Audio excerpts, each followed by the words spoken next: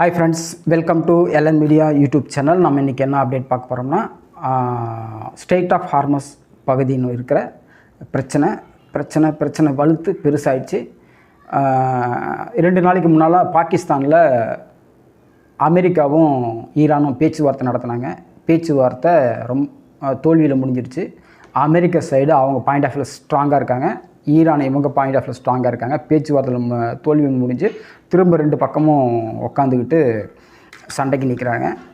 பழையபடி ஈரான் என்ன சொல்லுதுன்னா, அமெரிக்கா சார்புடைய நாடுகளுடைய கப்பல்களை நான் விட மாட்டேன், அப்படி மீறி வந்தால் தாக்குதல் நடத்தி நீர்மூலமாக்கிடுவேன் அப்படின்னு ஈரான் சொல்லுது. அமெரிக்கா என்ன சொல்லிட்டு இருந்தாங்க, ஸ்ட்ரெய்ட் ஆஃப் ஹார்மஸ் எங்கள் கண்ட்ரோல் வந்துருச்சு, ஸ்ட்ரெய்ட் ஆஃப் ஹார்மஸ் நாங்கள் திறக்க போகிறோம், ஸ்ட்ரெய்ட் ஆஃப் ஹார்மஸில் எல்லா கப்பலுக்கும் போகலாம், நாங்கள் பலி வகுத்துட்டோம், போரில் ஜெயிச்சிட்டோம்னு சொல்லிட்டு இருந்தாங்க. இப்போ அப்படி என்ன ஆயிடுச்சுன்னா, அப்படியே அந்த பெல்ட் அடித்து என்ன சொல்கிறாங்கன்னா, ஈரான் நீ டோல்கேட் போட்டு சுங்க வரி வசூல் பண்ணிக்கிட்டு விடுகிற கப்பல்களில் நான் அந்த பக்கம் விட மாட்டேன், அதாவது கிழக்காசிய நாடுகள் இந்த பக்கம் உட்காந்துட்டு நான் அந்த பக்கம் விட மாட்டேன், சுங்கவரி கட்டிட்டு வர கப்பல்களை நான் விட மாட்டேன், கட்டாத கப்பல்களை கட்ட மாட்டேன்னு தில்ல வர கப்பல்களை நான் விட்டுருவேன் அப்படின்னு நிற்கிறாங்க. இது ஏன் இந்த மாதிரி ஒரு சூழ்நிலையில் அமெரிக்கா சொல்கிறாங்க அப்படின்னா, ஸ்ட்ரெய்ட் ஆஃப் ஹார்மஸ் நார்மலாக இருந்துச்சு, இவர் அமெரிக்காவுக்கும் ஈரானுக்கு சண்டை நடந்ததுக்கப்புறமா இதுதான் சமயம்னு சொல்லி இப்போ ஈரான் எங்கள் நாடுகளில் நீங்கள் மிகப்பெரிய இழப்புகளை ஏற்படுத்திட்டீங்க, அதனால் இதை ஈடுகட்டணும், கட்டமைப்புகளை செய்யணும், நாட்டை மறுசீரமைக்கணும் செய்யணும்னா எனக்கு பணம் தேவைப்படுது, அதனால் நாங்கள் இந்த இடத்துல டோல்கேட் மாதிரி ஃபார்ம் பண்ணி நான் சுங்கவரி வசூல் பண்ணிக்கிறேன் ஒவ்வொரு கப்பலுக்கு அப்படின்னு சொல்லிட்டு இப்போ வசூல் பண்ணிகிட்டு இருக்காங்க.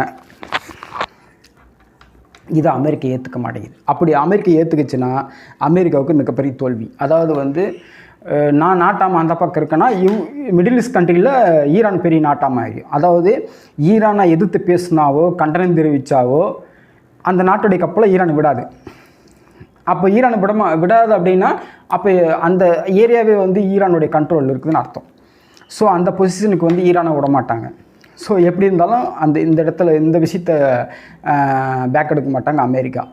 ஆனால் என்ன பண்ணுறாங்கன்னா, கிழக்காசிய நாடுகள் இந்த பக்கம் நின்றுக்கிட்டு நான் சுங்கவரி கட்டிட்டு வர எந்த கப்பலையும் நான் அலோவ் பண்ண மாட்டேன், கட்டிட்டு வராதீங்க, மீறி வந்தால் நான் எந்த கப்பலாக இருந்தாலும் அடித்து மூழ்கடிப்பேன், காலி பண்ணிடுவேன் அப்படிங்குது. இப்படி இதனால் யார் பாதிக்கப்படுவாங்க பெருசாக அப்படின்னா, முதல்ல ஈரான் பாதிக்கப்படும். ஒரு நாளைக்கு 34,000 கோடிக்கு குருடால் ஏற்றுமதி பண்ணிகிட்டு இருக்காங்க. மாதத்துக்கு 1 லட்சம் கோடி, அதாவது நமக்கு கிழக்காசிய நாடுகளுக்கு அனுப்புறது மட்டுமே 1 லட்சம் கோடிக்கு அனுப்புகிறாங்க.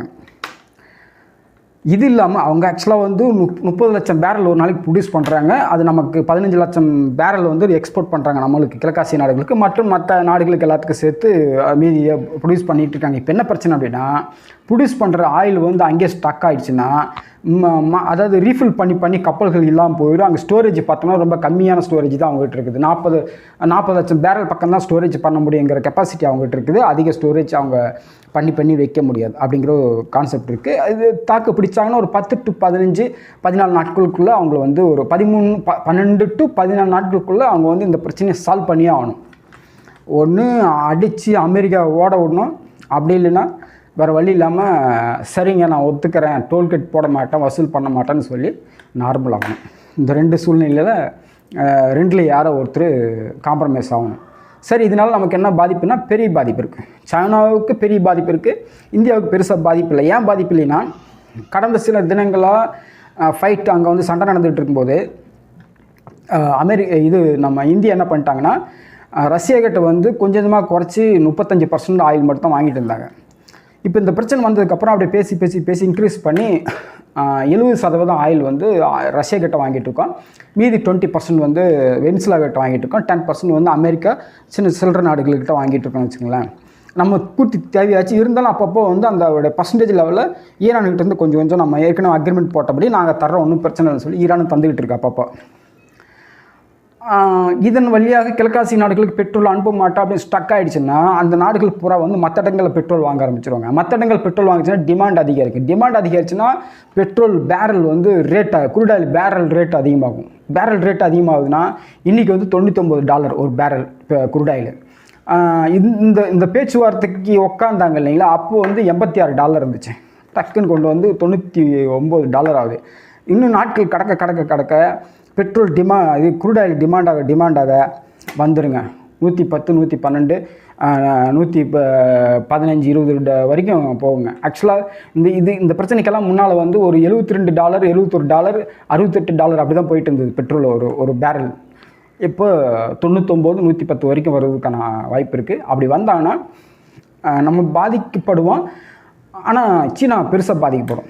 ஏன் அப்படின்னு கேட்டால் ஒரு 7-8 வருஷத்துக்கு முன்னாலே வந்து அமெரிக்கா வந்து பெரிய தடைகள் போட்டிருந்தாங்க ஈரான் மேலே. இவங்க சைனா என்ன பண்ணிக்கிட்டாங்க, ஒரு அண்டர்ஸ்டாண்டிங்கில் அவங்ககிட்ட நேராக உட்காந்து பேசி எனக்கு வந்து கம்மி ரேட்டில் நீ பெட்ரோல் தான், இது க்ரூட் ஆயில் தான், நான் வாங்கிக்கிறேன் அப்படின்னு சொல்லி சைனாவுடைய 40% ஆஃப் சைனாவுடைய 40% தேவையை பூர்த்தி செய்கிற அளவுக்கு க்ரூட் ஆயில் வந்து ஈரான் டெய்லி எக்ஸ்போர்ட் பண்ணிகிட்டு இருந்தாங்க, அதை வாங்கிட்டு இருந்தாங்க. இப்போ இவங்க ஸ்டாக் பண்ணாங்கன்னா அந்த 40% இவர் சைனா வேறு எங்கேயாவது வெளியே வாங்கணும். வேற இல்லை, பக்கத்தில் பார்டர் ஷேர் பண்ணுற கண்ட்ரி நம்ம ரஷ்யாக்கிட்ட தான் வாங்கணும். ரஷ்யாக்கிட்ட வாங்கும்போது அங்கே டிமாண்ட் அதிகரிக்கும் போது நமக்கும் ரேட் ஆகும், எல்லாத்துக்கும் ரேட் ஆகும். மொத்தத்தில் பெட்ரோல் $120 வரைக்கும் போக வாய்ப்பு இருக்குது. அப்படி $120 வரைக்கும் போச்சுன்னா கடுமையான சூழ்நிலை நிலவரும். நிறைய கண்ட்ரிகள் வந்து லாக்டவுன் அறிவிக்க வாய்ப்பு இருக்குது. ஏற்கனவே யூரோப்பியன் கண்ட்ரிஸ் வந்து லாக்டவுன் அறிவிச்சிட்டாங்க. அதாவது சாஃப்ட்வேரில் ஒர்க் பண்ணுற, சிஸ்டமில் ஒர்க் பண்ணுற எல்லோருமே வந்து வீட்லேயே உட்காந்து ஒர்க் டு ஹோமுக்கு லாக்டவுன் மாதிரி அறிவிச்சிட்டாங்க. மேனுவல் ஒர்க் மட்டும்தான் ரெகுலராக அங்கே வந்து பண்ணுற மாதிரி ஒரு செட்டப்பில் பண்ணிட்டாங்க. பாகிஸ்தான் ஆல்ரெடி லாக்டவுனில் தான் இருக்குது. ஸ்ரீலங்கா வந்து ஒரு வாரத்தில் 2 நாள் 3 நாள் அறிவிச்சிருக்காங்க ஒர்க் டேஸ் அப்படிங்கிற மாதிரியான ஒரு சூழ்நிலைக்கு அறிவிச்சிருக்காங்க. இந்த மாதிரி எல்லா பக்கமும் ரொம்ப அசாதாரண சூழ்நிலை நிலவுது. பார்க்கலாம், ஒன்று அடின்னு அடித்து அமெரிக்கா ஓடணும், அப்படி இல்லைங்கிற பட்சத்தில் ஈரான் வந்து சரண்டர் ஆகும். வேறு வழி இல்லை. நான் டோல்கேட் போட மாட்டேன், சுங்கவரி போட மாட்டேன், ரெகுலராக இருந்துக்கலாம். லெபனான் போகிற மட்டும் நீங்கள் ஸ்டாப் பண்ணுங்க அப்படின்னு சொல்லி ரிக்வஸ்ட் வச்சு நார்மல் போவாங்க. பார்க்கலாம். இந்த போர் வந்து ஒரு 15 நாளுக்குள்ளே நார்மல் ஆச்சுன்னா, ஸ்டாப் ஆகிடுச்சுன்னா நல்லதுங்க. அதை மீறி போச்சுன்னா இந்தியாவுக்கு பெரிய பாதிப்பு இருக்குது. பார்க்கலாம். மீண்டும் ஒரு பதிவில் சந்திப்போம். நன்றி, வணக்கம்.